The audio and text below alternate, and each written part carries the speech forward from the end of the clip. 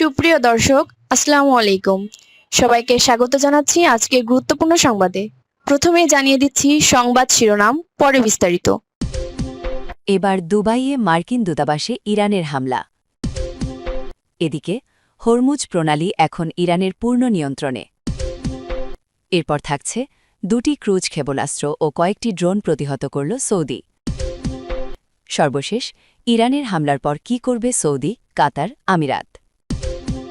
শুনছিলেন সংবাদ শিরোনাম, এখন বিস্তারিত। তার আগে হৃদয় ছুঁয়ে যাওয়া একটি অনুরোধ। যদি আয়াতুল্লাহ আলী খামেনির নামটি শুনে আপনার বুকের ভেতরটা ভারী হয়ে আসে, যদি ভোরের সেই খবর একটি দীর্ঘ অধ্যায়ের সমাপ্তি আপনাকে নীরবে কাঁদায়, যদি মনে হয় এই বিদায়ে শুধু একজন মানুষ নয়, একটি সময়, একটি সংগ্রাম, একটি ইতিহাস বিদায় নিল, তাহলে কমেন্টে লিখুন, হে আল্লাহ, তুমি আয়াতুল্লাহ আলী খামেনিকে জান্নাতুল ফেরদাউস দান করুন। আর যদি আপনি চান তার জীবনের গল্প যেন ভুলে না যাওয়া হয়, তার সংগ্রাম যেন বিকৃত না হয়, তার অবদান যেন নীরবে মুছে না যায়, আর ইতিহাস যেন মানুষের হৃদয়েই বেঁচে থাকে, তাহলে অনুগ্রহ করে চ্যানেলটি সাবস্ক্রাইব করুন। সাবস্ক্রাইব মানে কেবল একটি বাটনে চাপ দেওয়া নয়, এটা হলো শ্রদ্ধা জানানো, এটা হলো স্মৃতিকে ধরে রাখা, এটা হলো সত্যকে নীরবে পাহারা দেওয়ার এক ছোট্ট অঙ্গীকার, এটা হলো ইতিহাসকে ভুলে যেতে না দেওয়ার দায়িত্ব নেওয়া। চলুন কথা না বাড়িয়ে বিস্তারিত জেনে নিই। এবার দুবাইয়ে মার্কিন দূতাবাসে ইরানের হামলা। সংযুক্ত আরব আমিরাতের দুবাইয়ে অবস্থিত মার্কিন দূতাবাসে ক্ষেপণাস্ত্র হামলা চালিয়েছে ইরান। মঙ্গলবার বিকালে দুবাইয়ে অবস্থিত যুক্তরাষ্ট্রের একটি কনসুলেট ভবনে ইরান ড্রোন হামলা চালানোর পর সেখানে ধোঁয়া উঠতে দেখা যায়। বিবিসি ভেরিফাই এই ছবির যাচাই করে সত্যতা নিশ্চিত করেছে। কনসুলেটের কয়েক মিটার দূর থেকে ধারণ করা একটি ভিডিওতে দেখা গেছে ড্রোনটি কনসুলেটের ওপরে আছড়ে পড়েছে। অন্য আরেকটি ভিডিওতে কম্পাউন্ডের ভেতরে আগুন জ্বলতে দেখা গেছে এবং আকাশে কালো ধোঁয়ার কুণ্ডলী উঠতে দেখা গেছে। গতরাতে যুক্তরাষ্ট্রের পররাষ্ট্রমন্ত্রী মার্কো রুবিও সাংবাদিকদের নিশ্চিত করেছেন যে একটি ড্রোন কনসুলেটের চ্যান্সেলরি ভবনের পাশে পার্কিং লটে হামলা করেছে। তিনি জানান, আমাদের সব কর্মীরা নিরাপদে আছেন ও খোঁজ পাওয়া গেছে। তিনি আরও বলেন, আমরা অবশ্যই খুবই ভাগ্যবান, কিন্তু আমাদের অ্যাম্বাসি এবং কূটনীতিক ফ্যাসিলিটিজ একটা সন্ত্রাসী গোষ্ঠীর সরাসরি হামলার শিকার হয়েছে। এর আগে সৌদি আরবের রাজধানী রিয়াদে মার্কিন দূতাবাসে হামলা চালায় ইরান। রিয়াদে হামলায় ক্ষতি হলেও হতাহত হবার খবর পাওয়া যায়নি।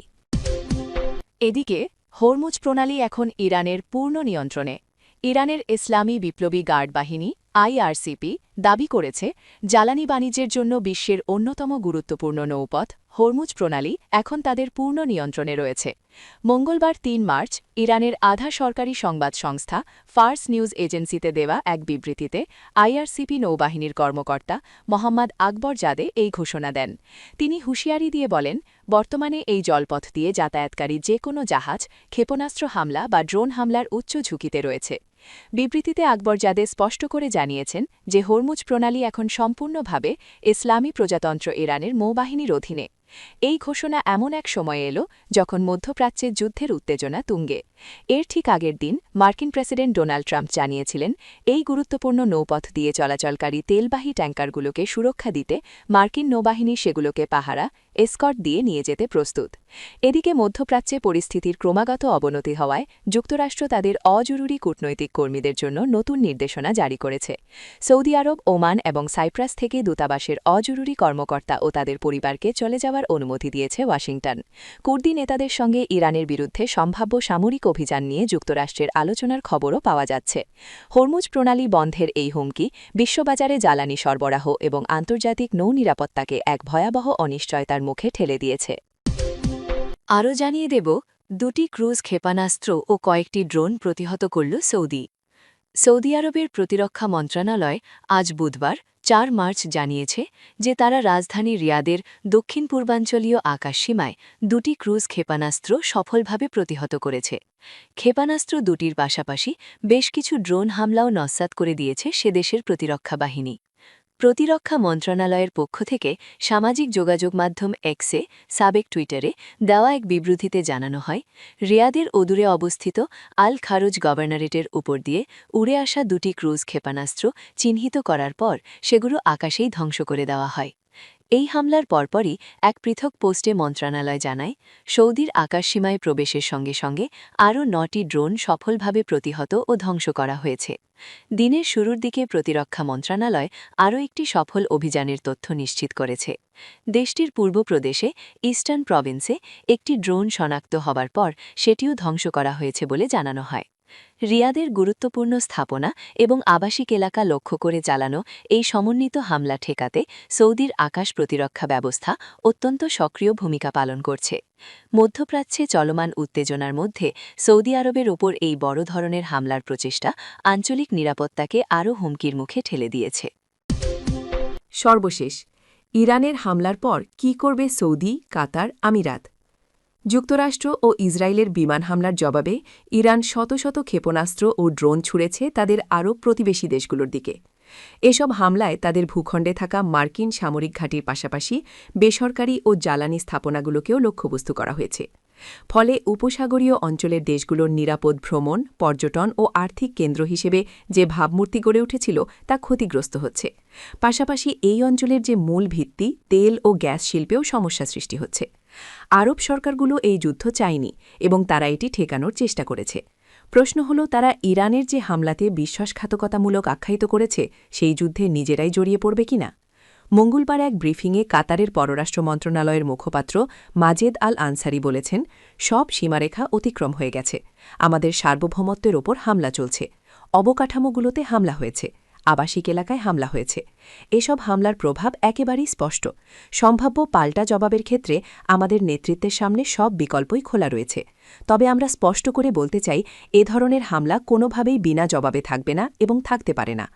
ইরানের বেশিরভাগ ক্ষেপণাস্ত্র ওই অঞ্চলে প্রতিহত করা হচ্ছে, কিন্তু ভূপাতিত ক্ষেপণাস্ত্রের ধ্বংসাবশেষ থেকে আগুন লাগছে এবং তাতে প্রাণহানির ঘটনা ঘটছে। আবার আকাশ প্রতিরক্ষা ভেদ করতে তুলনামূলকভাবে সক্ষম ড্রোনগুলো বড় ধরনের ক্ষতি না করলেও বাণিজ্য ও ভ্রমণকে ব্যাপক বাধাগ্রস্ত করছে। এটাই ইরানের কৌশল বলে অনেকের কাছে মনে হচ্ছে, যে নিজেদের আরব প্রতিবেশীদের বিপর্যস্ত করে তোলা, যাতে যুদ্ধ বন্ধে তারা যুক্তরাষ্ট্রের ওপর চাপ প্রয়োগ করে। ফিনান্সিয়াল টাইমসের তথ্য অনুযায়ী ইরান ইসরায়েলের দিকে যত ড্রোন ও ক্ষেপণাস্ত্র ছুড়েছে তার সমান সংখ্যক ছুড়েছে উপসাগরীয় অঞ্চলের প্রধান বাণিজ্য ও পর্যটন কেন্দ্র সংযুক্ত আরব আমিরাতের দিকে। ওই অঞ্চলের গুরুত্বপূর্ণ তেল ও গ্যাস শিল্প ইরানের জন্য গুরুত্বপূর্ণ অস্ত্র হয়ে উঠতে পারে। এই খাতে বড় ধরনের বিঘ্ন ঘটলে তা বৈশ্বিক অর্থনীতিকে ব্যাপক মাত্রায় প্রভাবিত করতে পারে। তবে তেহরানের এই কৌশল উল্টো ফলও দিতে পারে। উপসাগরীয় দেশগুলো ওয়াশিংটনের আরও ঘনিষ্ঠ হয়ে ওঠার ঝুঁকি তৈরি হতে পারে। এমনকি তারা যুদ্ধে জড়িয়ে হওয়ার প্রচেষ্টাতেও অংশ নিতে পারে। এখন পর্যন্ত তারা যুক্তরাষ্ট্রকে নিজেদের আকাশসীমা ও ভূখণ্ড ব্যবহার করে ইরানের ওপর হামলা চালাতে দেয়নি। যদিও এই পরিস্থিতির পরিবর্তন হতে পারে এবং কোনো এক পর্যায়ে হয়তো তারা ইরানের বিরুদ্ধে সামরিক অভিযানে অংশ নেওয়ার সিদ্ধান্ত নিতে পারে। পরিস্থিতি এখনও সে পর্যায়ে পৌঁছায়নি এবং এই মুহূর্তে আরব দেশগুলো মূলত নিজেদের প্রতিরক্ষাতেই মনোযোগ দিচ্ছে। তবে যুদ্ধ কতদিন স্থায়ী হয় তার উপরই অনেক কিছু নির্ভর করবে। কিছু দেশ চাইছে না যে তারা এই সংঘাতে ইসরায়েলের পক্ষ নিচ্ছে, এমন ধারণা তৈরি হোক। 2023 সালের অক্টোবর মাসে হামাসের হামলার জবাবে গাজায় ইসরায়েলের প্রাণঘাতী ও ব্যাপক ধ্বংসযোগ্য আর লেবানন ও সিরিয়ার মতো দেশে সামরিক হস্তক্ষেপের কারণে ইসরায়েলের সাথে আরব দেশগুলোর সম্পর্কে টানাপোড়েন তৈরি হয়েছে। বিশেষ করে গত বছর হামাস নেতৃত্বকে হত্যার চেষ্টায় কাতারে বোমা হামলার ঘটনায় আরব বিশ্ব ক্ষুব্ধ হয়েছিল। তবে এটা স্পষ্ট যে ইরানের হামলা উপসাগরীয় দেশগুলোর মধ্যে ঐক্য জোরদার করছে। উপসাগরীয় সহযোগিতা পরিষদের 6 সদস্য সৌদি আরব, কুয়েত, কাতার, বাহরাইন, সংযুক্ত আরব আমিরাত ও ওমান রোববার জরুরি বৈঠক করে সংহতি প্রকাশ করেছে। দেশগুলো নিজেদের নিরাপত্তা ও স্থিতিশীলতা রক্ষায় এবং ভূখণ্ড, নাগরিক ও বাসিন্দাদের সুরক্ষায় প্রয়োজনীয় সব ব্যবস্থা নেওয়ার অঙ্গীকার করেছে, যার মধ্যে আগ্রাসনের জবাব দেওয়ার বিষয়ও রয়েছে। সংযুক্ত আরব আমিরাতের প্রেসিডেন্টের একজন সিনিয়র কূটনৈতিক উপদেষ্টা আনোয়ার গার্গাস ইরানকে সংযত হওয়ার আহ্বান জানিয়েছেন। আপনার যুদ্ধ আপনার প্রতিবেশীর সাথে নয়, সামাজিক মাধ্যম এক্সে লিখেছেন তিনি। বিচ্ছিন্নতা ও উত্তেজনা আর বাড়ার আগে নিজের এলাকায় ফিরে এসে প্রতিবেশীদের সাথে যৌক্তিক ও দায়িত্বশীল আচরণ করুন, লিখেছেন তিনি।